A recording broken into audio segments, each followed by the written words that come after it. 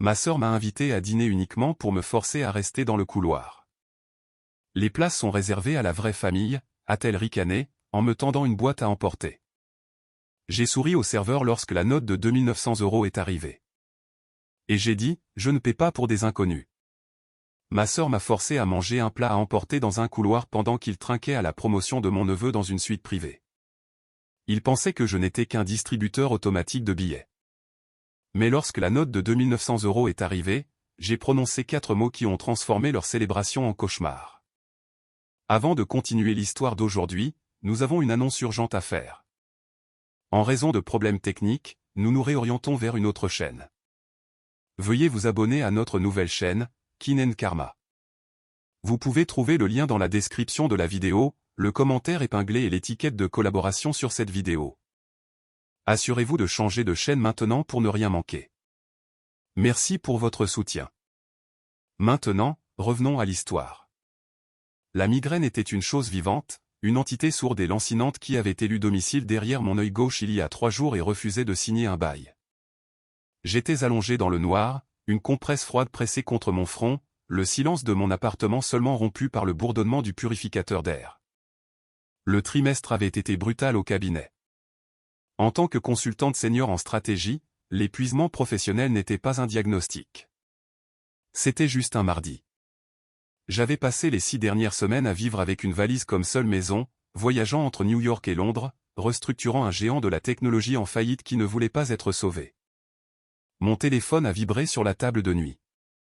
L'écran a illuminé la pièce d'un éclat artificiel et dur, poignardant mes yeux. J'ai gémi, me retournant pour vérifier l'identité de l'appelant. Carla, ma sœur. J'ai hésité à laisser sonner jusqu'à la messagerie vocale. Vraiment. Mon corps était lourd, ancré au matelas par l'épuisement et la nausée persistante de la migraine. Mais la culpabilité, ce vieux réflexe familier ancré en moi depuis l'enfance, a pris le dessus. Carla n'appelait que lorsque c'était urgent ou lorsqu'elle avait besoin d'argent, généralement les deux. Allô.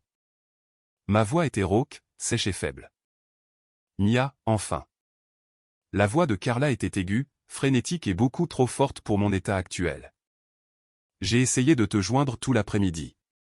Tu as oublié? Je me suis assise lentement, la pièce tournant légèrement. Oublié quoi, Carla? J'ai été malade. Je suis rentré de Londres hier. Oh, arrête de faire ta dramatique, a-t-elle lancé, rejetant ma santé avec la même indifférence désinvolte qu'elle avait montrée au cours des 40 dernières années. C'est la grande soirée de Cameron. La promotion. Nous fêtons ça à Eloruri ce soir. Tu dois être là. Il n'arrête pas de te réclamer. Cameron, mon neveu. La mention de son nom a adouci le tranchant de mon irritation. Cam était le seul point lumineux dans la dynamique autrement trouble de ma famille. Je l'avais pratiquement élevé pendant que Carla se cherchait dans la vingtaine et plus tard, lorsqu'elle était occupée à gérer son calendrier social pendant que je gérais ses factures. Il a obtenu le poste d'analyste senior, ai-je demandé, un sourire sincère touchant mes lèvres pour la première fois depuis des jours. Il l'a vraiment eu. Bien sûr qu'il l'a eu, a ricané Carla. Il est brillant. Il tient de sa mère. Écoute, la réservation est pour 19h30. Henri nous conduit, alors retrouve-nous là-bas. Et Mia, habille-toi bien. C'est un endroit haut de gamme. Je ne veux pas que tu arrives dans un de tes tailleurs pantalons. Je sais ce qu'était Eloruri, Carla, ai-je dit en me frottant la tempe. C'est moi qui t'ai présenté au propriétaire, tu te souviens. Peu importe. Sois juste là. Cameron sera dévasté si sa tante préférée lui pose un lapin. Elle a raccroché avant que je puisse répondre. J'ai regardé le téléphone, le silence revenant en force. Ma tête battait au rythme de mon cœur. J'aurais dû dire non. J'aurais dû lui dire que j'étais physiquement incapable de mettre des talons et de faire la conversation poliment. Mais l'idée de Cameron me cherchant, voulant partager sa victoire avec moi, a pris le dessus sur la douleur. Je me suis traîné hors du lit. J'ai pris 2 analgésiques extra forts et je suis allé à mon armoire. J'ai choisi une robe bleu marine en soie élégante, discrète, chère, professionnelle. J'ai appliqué mon maquillage avec soin, cachant les cernes, masquant la pâleur de la maladie avec du fard à joues. Je me suis regardé dans le miroir. Je ressemblais à Mia la réussite, Mia la pourvoyeuse, pas Mia, la sœur fatiguée et seule qui voulait juste dormir. Je ne le savais pas alors, en regardant mon reflet, mais je m'habillais pour une exécution. La mienne.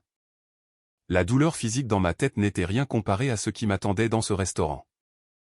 La trahison qui s'annonçait n'allait pas seulement faire mal. Elle allait démanteler toute ma compréhension de la famille. Le trajet en taxi jusqu'à Eloruri a été un flou de lumière de la ville et de nausées. Je me suis concentré sur ma respiration, serrant la petite boîte en velours dans mon sac à main. À l'intérieur se trouvait une montre Omega vintage, quelque chose que j'avais acheté lors d'une vente aux enchères il y a 6 mois, la gardant pour ce moment précis. C'était un cadeau de félicitations pour Cameron, un symbole de son entrée dans le monde professionnel, un monde que je connaissais intimement. Lorsque le taxi s'est arrêté au bord du trottoir, le restaurant brillait comme un phare d'exclusivité. C'était le genre d'endroit où le menu n'affichait pas de prix et où la liste d'attente se mesurait en mois. Je le connaissais bien. J'y avais reçu des clients pendant une décennie. Le maître d'hôtel, Jean-Luc, connaissait mon vin préféré, ma table préférée et mon aversion pour la coriandre. Je suis sorti, l'air frais du soir m'offrant un soulagement momentané. J'ai monté les marches, m'attendant à voir Carla, Henri et Cameron attendre dans le foyer. Ils étaient déjà à l'intérieur. J'ai donné mon nom à l'hôtesse, une jeune femme que je ne reconnaissais pas.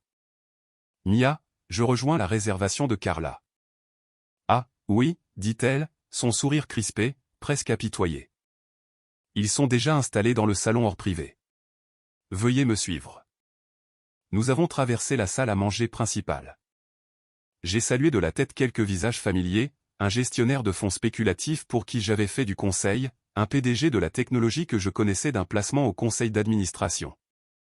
C'était mon monde. J'ai ressenti un sentiment de fierté de pouvoir offrir cette expérience à ma famille, même si ce n'était pas moi qui recevais à proprement parler. L'hôtesse m'a conduite à l'arrière, vers les suites privées.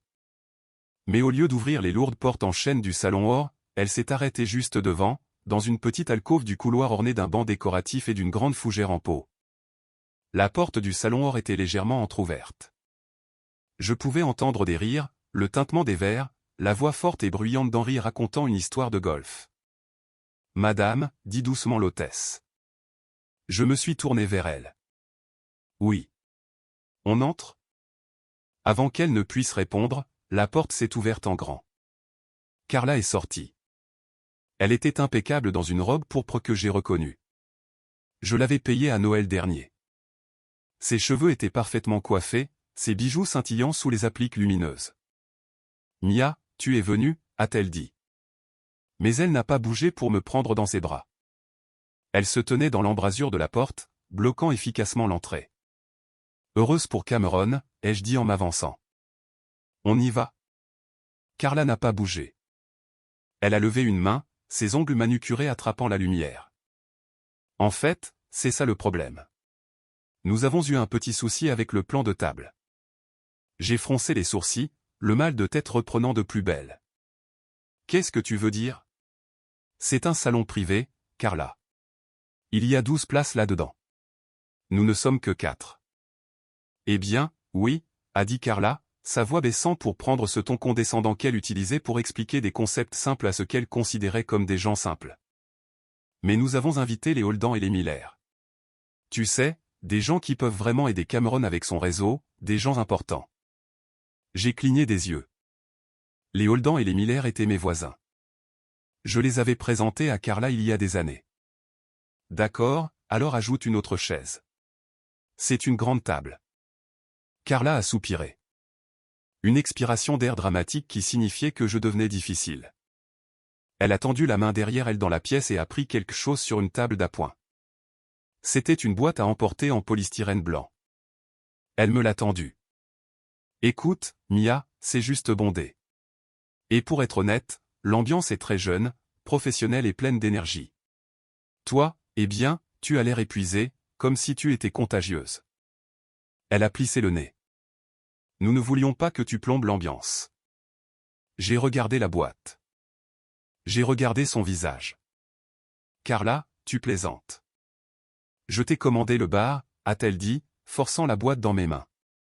Il est délicieux. Honnêtement, tu seras plus à l'aise ici. C'est plus calme. Tu pourras reposer ta tête. Mes doigts se sont crispés autour du plastique chaud. J'ai regardé par-dessus son épaule dans la pièce. J'ai vu Cameron, mon neveu. Il riait de quelque chose que disait Monsieur Holden, une coupe de champagne à la main. Il m'a regardé droit dans les yeux. Pendant une seconde, nos regards se sont croisés. Je m'attendais à ce qu'il se lève. Je m'attendais à ce qu'il dise « Maman, qu'est-ce que tu fais ?» Laisse entrer tante Mia. Au lieu de ça, il a détourné le regard. Il a pris une gorgée de son champagne et a tourné le dos à la porte. La glace dans mes veines était plus froide que le vent d'hiver dehors. « Voilà », a dit Carla, en me tapotant le bras avec une fausse sympathie qui m'a donné la chair de poule. « Nous viendrons te dire bonjour quand le dessert sera servi. Profite bien du poisson. » Oh, et Mia, elle s'est penchée, sa voix un murmure de pur venin. Soyons honnêtes. Les places à la grande table sont réservées à la vraie famille. Le genre qui se montre, pas seulement le genre qui envoie des chèques. Elle a fermé la porte. J'ai été laissé seul dans le couloir, tenant une boîte de bar tiède. L'humiliation a été un coup physique. Elle m'a coupé le souffle. Je me suis affalé sur le banc décoratif, le siège en velours dur et impitoyable. J'aurais dû partir. Toute personne ayant un minimum d'amour-propre aurait jeté la boîte contre la porte et serait partie en trombe. Mais je ne l'ai pas fait. Je suis resté assise là. J'ai ouvert la boîte. L'odeur de poisson, habituellement appétissante, m'a retourné l'estomac. J'ai pris la fourchette en plastique qu'elle avait gracieusement incluse.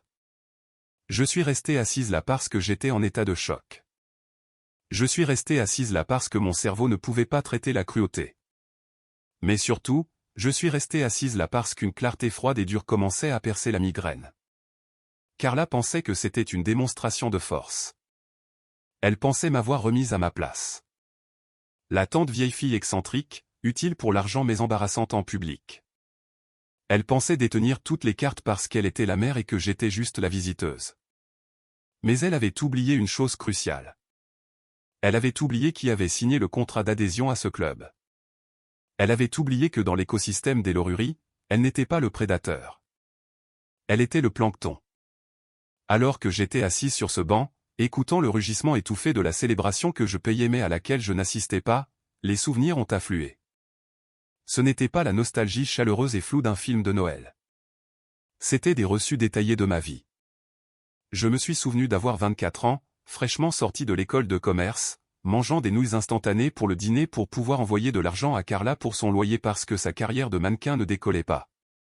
Je me suis souvenu d'être assise dans le bureau du conseiller en prêt, me portant co-garante pour la 3e entreprise ratée d'Henri, une boulangerie de friandises artisanales pour chiens qui a fait faillite en 4 mois, parce que Carla sanglotait que le stress allait le tuer, et Cameron. Mon doux, brillant Cameron. Je me suis souvenu des chèques de scolarité pour l'école privée, de l'ordinateur portable pour l'université, du stage d'été que je lui avais obtenu dans ma propre entreprise, en faisant appel à des faveurs que j'avais gardées pendant des années. Mettant ma propre réputation en jeu pour me porter garante de lui. J'avais construit les fondations sur lesquelles il dansait. La porte du salon privé s'est rouverte. Je me suis raidi, m'attendant à des excuses ou peut-être à une invitation.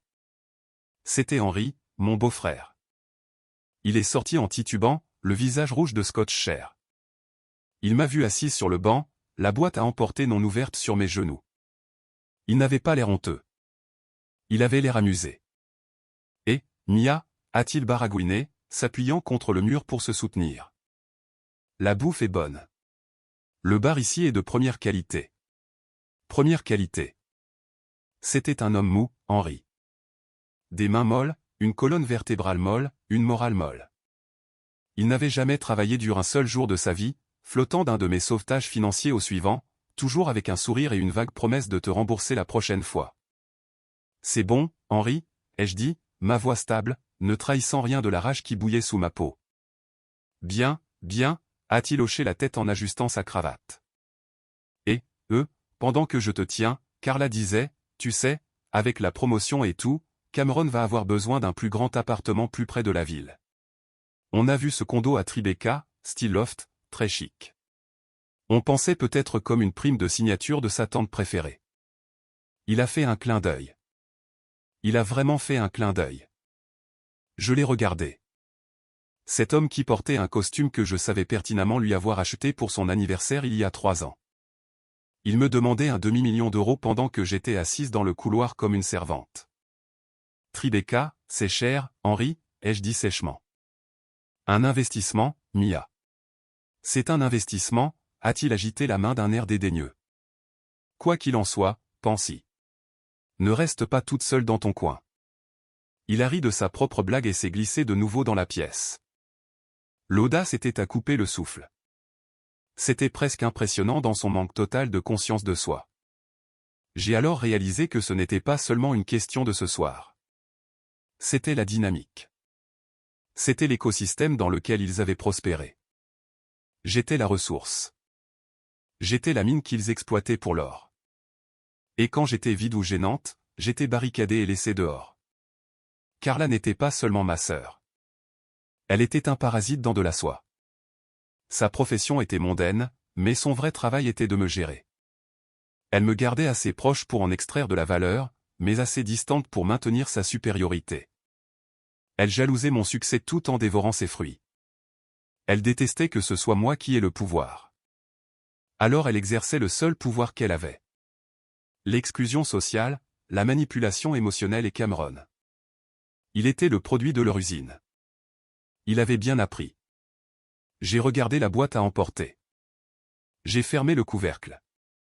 Je me suis levé. Mon mal de tête avait disparu. Il avait été remplacé par une concentration singulière et cristalline. J'ai pris mon sac à main. J'ai descendu le couloir, passant devant le salon or. Je ne suis pas entré en trombe. Je n'ai pas fait de scène. J'ai marché droit vers le poste du maître d'hôtel. Jean-Luc était là, examinant la liste de la soirée. Il a levé les yeux, son visage s'illuminant d'une chaleur sincère en me voyant. Madame Wieselmia. Je ne savais pas que vous dîniez avec nous. L'hôtesse a dit que vous n'étiez pas disponible. Il avait l'air confus, jetant un coup d'œil vers le couloir d'où je venais de sortir. Il y a eu un malentendu.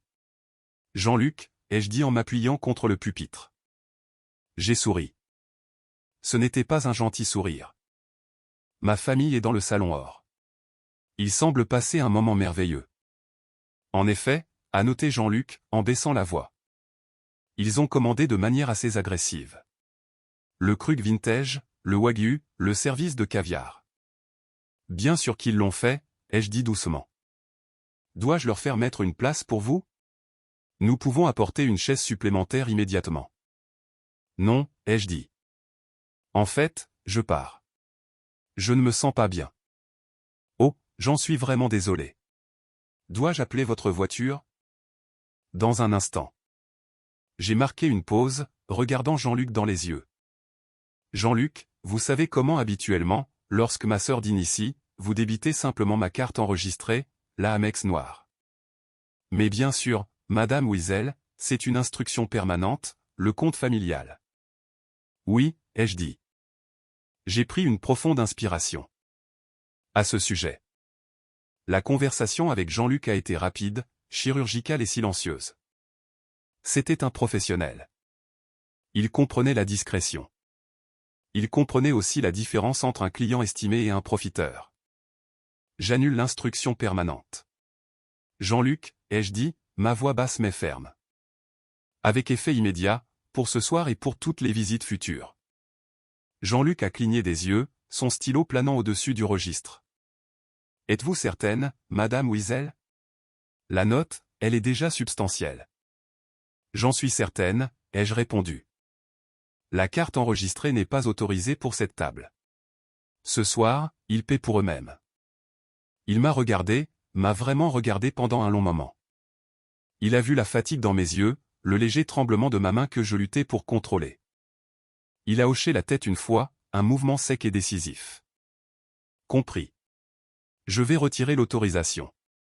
La note sera présentée directement à la table. Merci, Jean-Luc. Je me suis retourné pour partir mais je me suis arrêté. En fait, Jean-Luc, une dernière chose. Oui. Avez-vous toujours cette table de disponible? Celle près de la fenêtre dans la salle à manger principale. Celle que je préfère habituellement. Un lent sourire s'est étendu sur son visage. La table 4.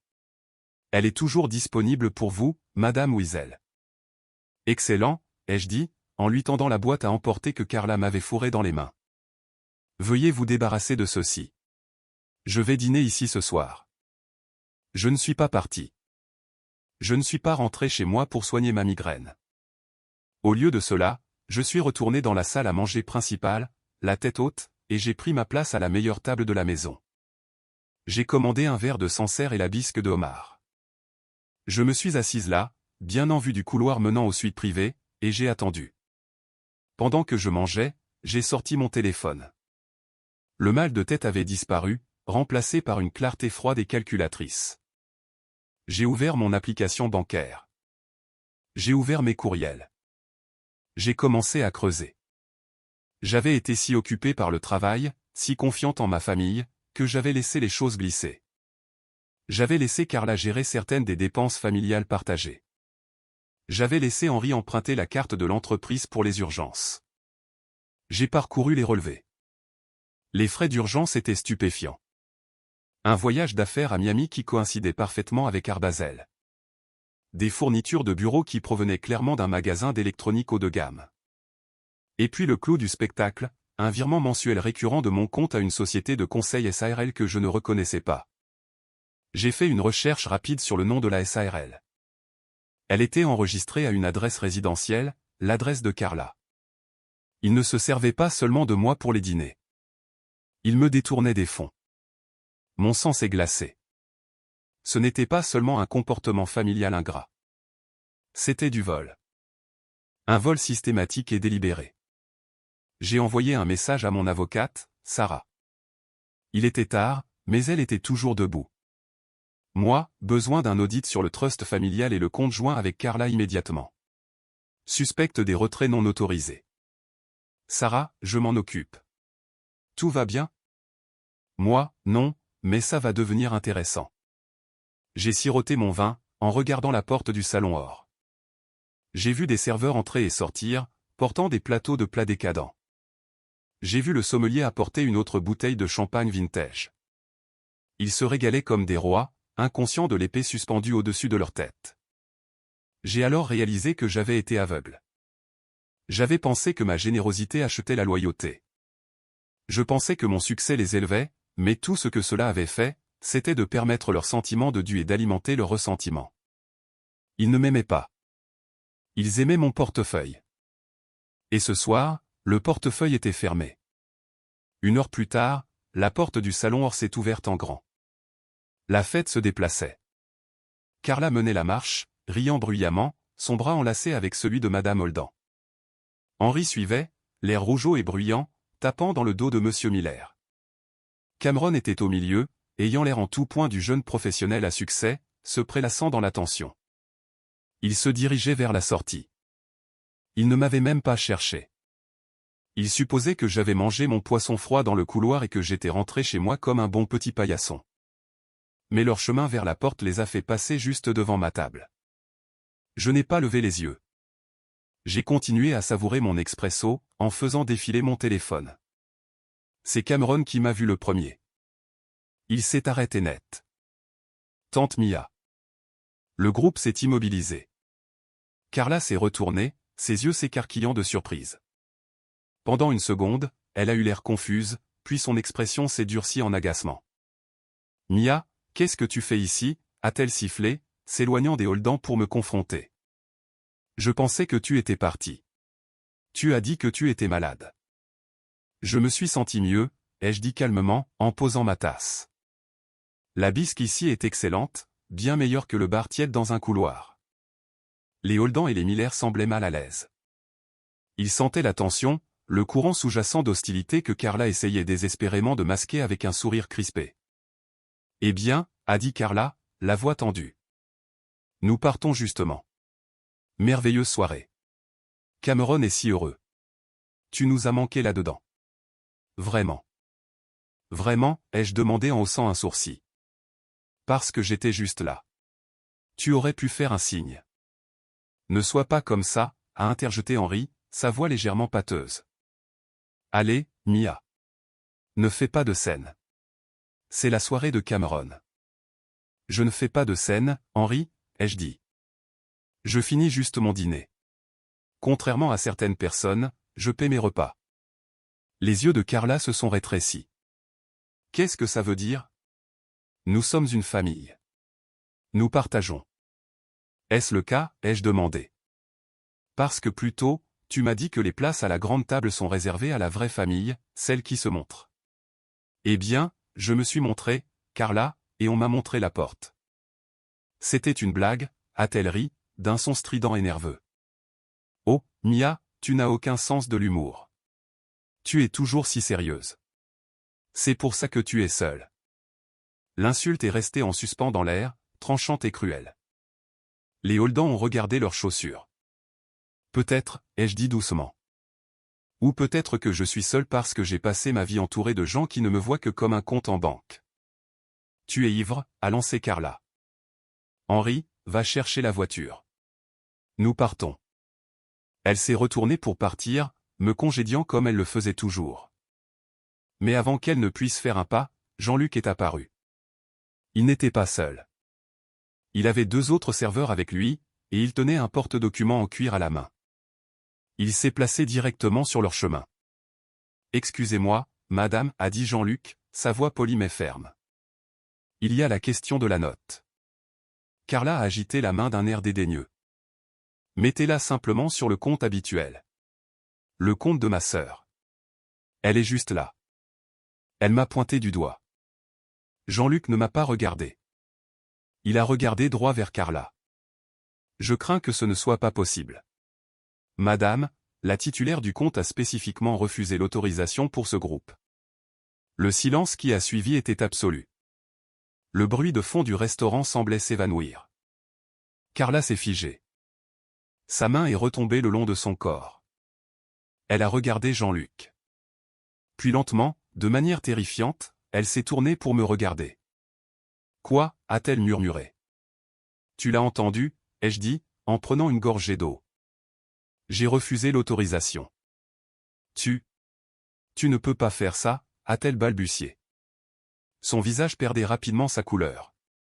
C'est notre compte, le compte familial. C'est mon compte, Carla, ai-je corrigé. Mon nom, mon crédit, mon argent. Tu as juste une carte que je te laissais utiliser. Au passé. Mais la note, s'est-elle étranglée. Elle est élevée. J'imagine, ai-je dit.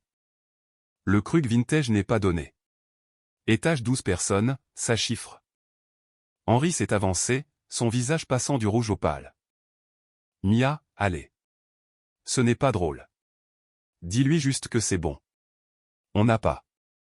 Je veux dire, je n'ai pas pris mon portefeuille. Moi non plus, a dit Carla, la panique montant dans sa voix. Mia, arrête ça. Tu nous mets dans l'embarras devant les Holdans. Je ne fais rien du tout, ai-je dit en m'adossant à ma chaise. Je suis juste une inconnue, tu te souviens? Quelqu'un pour qui tu n'avais pas de place. Et en règle générale, je ne paie pas pour des inconnus. La façade s'est fissurée. Ce n'était pas une fissure fine. C'était une défaillance structurelle complète. Carla s'est jetée vers ma table, ses mains s'abattant sur la nappe blanche. Les couverts ont tremblé. Espèce de garce venimeuse et jalouse, a-t-elle sifflé, sa voix basse et venimeuse.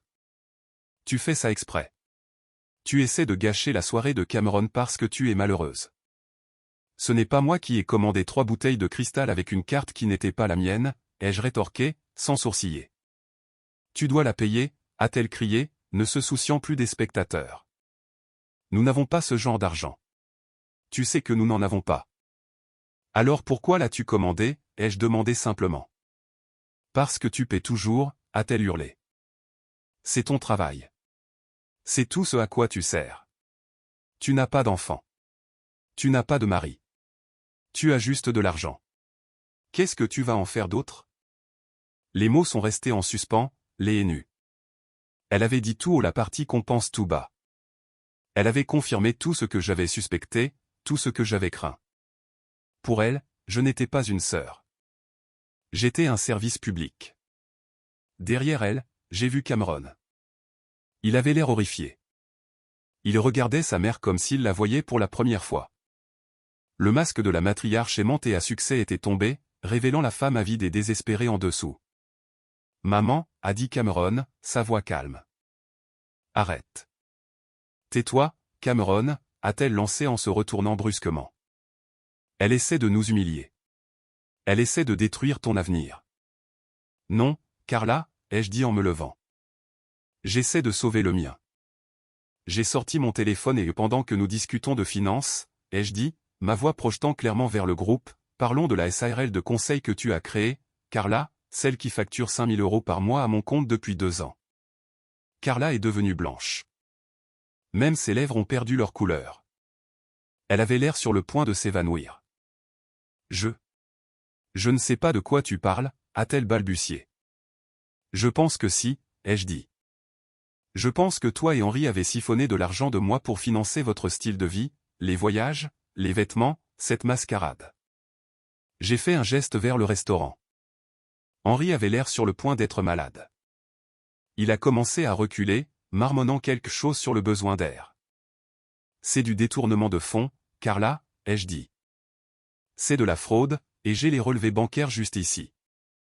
J'ai levé mon téléphone, affichant l'historique des transactions que j'avais consultées plus tôt. Les Holdan et les Miller échangeaient des regards horrifiés. Ils ont commencé à s'éloigner, murmurant des excuses à propos de matin précoce et de babysité. Ils ne voulaient être nulle part près du rayon de l'explosion. « Attendez » a crié Carla, tendant la main vers Madame Holdan. « Ne partez pas. C'est un malentendu. Mia est. Elle ne prend pas ses médicaments. Elle fait une dépression. » Madame Holdan a doucement mais fermement retiré la main de Carla de son bras. « C'était un dîner charmant, Carla. Merci. Eh bien, on se verra. » Ils ont fui. Le public était parti. Il ne restait plus que nous et la note. Jean-Luc s'est raclé la gorge. « Madame » a-t-il dit à Carla, en tendant à nouveau le porte-document en cuir. « Le total est de 2 940 €. Nous acceptons toutes les principales cartes de crédit ou peut-être de l'argent liquide. » Carla a fixé la note. Elle a regardé Henri, qui étudiait les carreaux du sol avec une fascination intense. Elle a regardé Cameron, qui me regardait avec un mélange de choc et d'autre chose. Respect. Peur. « Je ne peux pas payer ça, » a murmuré Carla, des larmes coulant sur son visage. Des larmes de colère et de frustration. « Mia, s'il te plaît. Je t'en supplie. Ne me fais pas ça. Pas ici. Pas maintenant. Je ne te fais rien, Carla, ai-je dit. Tu t'es fait ça à toi-même. Tu as commandé le festin. Maintenant, tu dois digérer la note. » J'ai regardé Cameron. « Cam, ai-je dit. Tu es analyste senior maintenant. Tu gagnes un bon salaire. Peut-être devrais-tu prendre les choses en main. » Cameron a regardé la note. Il a regardé sa mère, sanglotante et vaincue. Il a regardé son père, un lâche dans un costume sur mesure. Il a mis la main dans sa poche. Il a sorti son portefeuille. « Je vais payer » a-t-il dit tranquillement. Cameron, non, a halté Carla. « C'est ta prime. C'est pour l'appartement. » « Il n'y a pas d'appartement, maman, » a dit Cameron, sa voix dure. « Il n'y en a jamais eu, n'est-ce pas? » Il m'a regardé. « Je suis désolé, tante Mia. Je ne savais pas pour la SARL. Je ne savais rien de tout ça. »« Je sais, » ai-je dit doucement. « Mais tu savais que j'étais dans le couloir et tu n'es pas sorti. » Il a tressailli. La honte a envahi son visage. Il a hoché la tête lentement. « Oui, je le savais. Je suis désolé. » Il a tendu sa carte à Jean-Luc. C'était une carte de débit. Je savais combien il y avait dessus. C'était ses économies. Tout ce pour quoi il avait travaillé.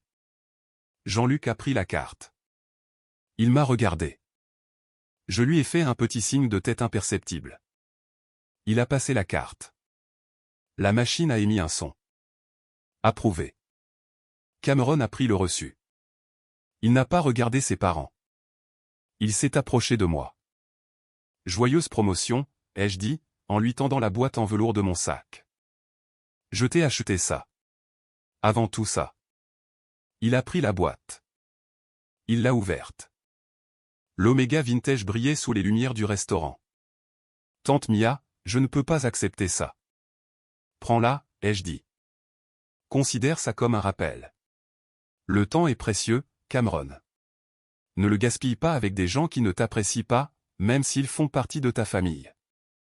Je me suis tourné vers Carla et Henry. Ils étaient brisés, exposés. Le sentiment de Dieu avait été dépouillé, ne laissant que la laide vérité de leur cupidité. Mon avocate vous contactera au sujet de la SARL, ai-je dit. Je vous suggère de trouver le vôtre. Vous en aurez besoin. J'ai fait un signe à Jean-Luc. Ma voiture, s'il vous plaît. Tout de suite, Madame Wiesel. Je suis sorti des l'orrerie dans l'air frais de la nuit. J'étais seul. Mais pour la première fois depuis des années, je ne me sentais pas seul. Je me sentais libre. Les retombées ont été immédiates, brutales et spectaculairement publiques. Je ne suis pas seulement sorti des l'orrerie. Je suis sorti de leur vie, mais j'ai laissé une traînée de paperasse derrière moi. Le lendemain matin, Sarah avait le comptable judiciaire, un homme nommé Gupta, avec des yeux comme des lasers, qui disséquait chaque transaction que Carla et Henry avaient jamais faite avec mon argent. Ce n'était pas seulement la location mensuelle de 5 000 € pour la fausse société de conseil. C'était pire.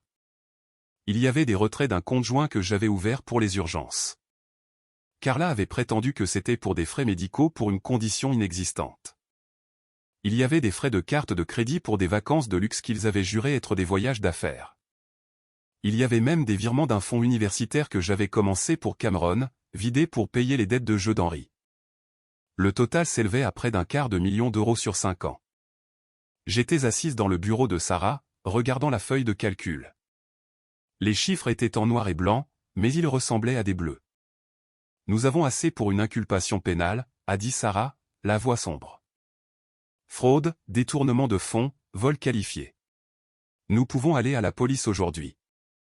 J'ai regardé par la fenêtre l'horizon de la ville. J'ai pensé à Cameron. J'ai pensé au garçon que j'avais tenu quand il est né, au jeune homme dont la main avait tremblé en payant cette note de dîner. Pas encore, ai-je dit.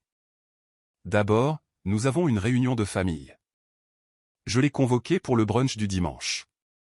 Terrain neutre, un bistrot tranquille dans les beaux quartiers. J'ai invité Carla, Henry et Cameron. Je leur ai dit que c'était pour la réconciliation. Ils sont arrivés l'air méfiants mais pleins d'espoir. Carla avait clairement passé des heures sur son apparence, essayant de projeter un air de dignité blessée. Henry avait l'air d'avoir la gueule de bois. Cameron avait l'air fatigué, le poids du monde sur ses épaules. J'ai attendu que le café soit servi. Puis j'ai placé une épaisse enveloppe en manille sur la table. Ceci, ai-je dit en tapotant l'enveloppe, est le rapport d'audit de mon comptable judiciaire. La main de Carla s'est figée à mi-chemin de son verre d'eau. Henry s'est étouffé avec son croissant. Il détaille chaque retrait, virement et frais de carte de crédit non autorisés que vous deux avez effectués au cours des 5 dernières années, ai-je continué, ma voix stable. Le total est de 248 000 €. Silence. Un silence épais et suffocant. Mia, a murmuré Carla, le visage pâle. Nous pouvons expliquer. C'était des investissements, des prêts. Nous allions te rembourser. Arrête, ai-je dit. Arrête tout simplement. Il n'y a pas d'investissement.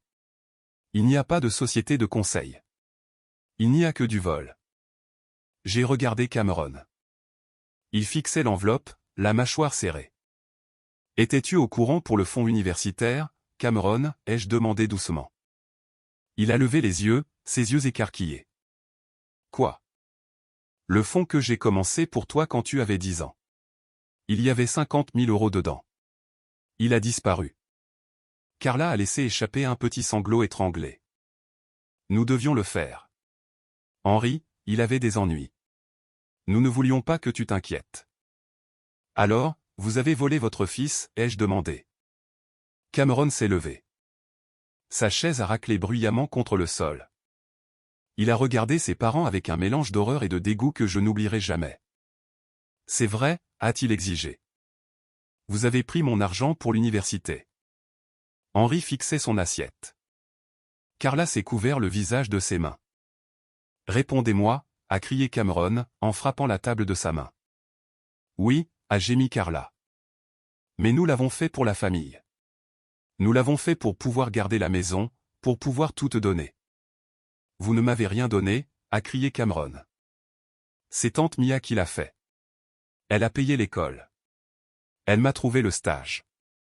Elle m'a acheté la montre. Qu'est-ce que vous m'avez donné? Des dettes. Des mensonges. Il s'est tourné vers moi. Tante Mia, je ne savais pas. Je le jure. Je sais, ai-je dit. Assieds-toi, Cameron. Il s'est affalé sur sa chaise, tremblant. Je me suis retourné vers Carla et Henri. Voici vos options. Option A, je vais à la police. Vous serez arrêté. Vous serez accusé de vol qualifié. Vous irez probablement en prison. Carla a commencé à hyperventiler. Henri avait l'air sur le point de vomir. Option B, ai-je continué. Vous signez des aveux. Vous acceptez un plan de remboursement. Chaque centime plus les intérêts. Je saisirai vos salaires. Je mettrai une hypothèque sur votre maison. Vous vivrez avec un budget strict jusqu'à ce que je sois remboursé intégralement. Et vous n'aurez plus jamais accès aux finances de Cameron ou aux miennes. J'ai poussé le document sur la table. Choisissez. Ils ont signé. Ils ne l'ont même pas lu. Ils ont juste signé. Leurs mains tremblaient, des larmes coulant sur le visage de Carla. C'était la fin de leur règne, la fin de l'illusion. Les conséquences ont été calmes mais profondes. Carla et Henri ont vendu la grande maison en banlieue et ont emménagé dans un petit appartement. Ils ont tous les deux trouvé un travail, de vrais emplois. Carla est réceptionniste. Henri dans la vente. C'était une déchéance humiliante pour eux, mais c'était un travail honnête. Les chèques ont commencé à arriver sur mon compte chaque mois. De petits paiements constants. Il leur faudrait des décennies pour me rembourser, mais ce n'était pas le but. Le but était la responsabilité. Je ne les ai pas beaucoup vus après ça. Les vacances étaient des affaires gênantes et brèves. La chaleur avait disparu, remplacée par une civilité polie et distante, mais la toxicité avait disparu aussi. Cameron était une autre histoire. Il a emménagé dans un petit studio en ville, refusant de prendre plus d'argent de moi ou de ses parents jusqu'à ce qu'il ait reconstitué ses propres économies. Nous dînions ensemble tous les mardis, de vrais dîners, pas à Eloruri, mais dans de petits endroits tranquilles où nous pouvions parler. Il portait la montre Omega tous les jours. Il m'a dit qu'il la regardait chaque fois qu'il se sentait incertain, chaque fois qu'il ressentait la pression d'être quelque chose qu'il n'était pas. Cela lui rappelait la nuit où il s'était affirmé, la nuit où il avait choisi l'intégrité plutôt que le sentiment de dû. Un soir, environ 6 mois plus tard, nous étions assis dans un parc à regarder le coucher du soleil. Tu sais, a dit Cameron, en tournant la montre à son poignet, j'étais si jaloux de toi. Maman disait toujours que tu avais de la chance, que tout arrivait tout seul. J'ai ri. Un rire sincère et chaleureux. De la chance, Cameron. J'ai travaillé 80 heures par semaine pendant 20 ans. J'ai manqué des mariages. J'ai manqué des anniversaires. J'ai construit ma vie brique par brique. Je le sais maintenant, a-t-il dit. Je vois à quel point tu travailles dur. Et je vois à quel point ils sont vides. Il a marqué une pause. Merci, tante Mia, pour tout, pour l'école, pour le travail, mais surtout pour avoir forcé la vérité, même si ça faisait mal. La vérité le fait généralement, ai-je dit. Mais elle guérit plus proprement qu'un mensonge. Il a souri. Tu avais raison, tu sais, à propos des places. Quelle place? À table. Tu as dit que tu ne payais pas pour les inconnus, mais que tu payais pour la famille. La vraie famille. Il a fouillé dans son sac et en a sorti une petite boîte. À l'intérieur se trouvait un simple bracelet en argent. Pas cher, mais de bon goût. J'ai eu ma première prime, a-t-il dit. La vraie. Je voulais que tu aies ça. J'ai pris le bracelet. Je l'ai mis. Il semblait plus lourd que la Rolex que je portais habituellement. Il avait le poids de l'amour. Il est magnifique, Cameron, ai-je murmuré, en retenant mes larmes. C'est pour la femme qui m'a appris ce que signifie réellement la valeur, a-t-il dit. Nous sommes restés assis là alors que le soleil plongeait sous l'horizon, peignant le ciel de nuances d'or et de violet. J'avais perdu une sœur, d'une certaine manière. J'avais perdu l'illusion d'une famille heureuse et parfaite, mais j'avais gagné quelque chose de bien plus précieux. J'avais gagné le respect. J'avais gagné la paix. Et j'avais gagné un neveu qui me voyait enfin non pas comme une ressource, non pas comme un distributeur automatique, mais comme une personne, comme une famille. Et ça, ai-je réalisé, valait chaque centime. S.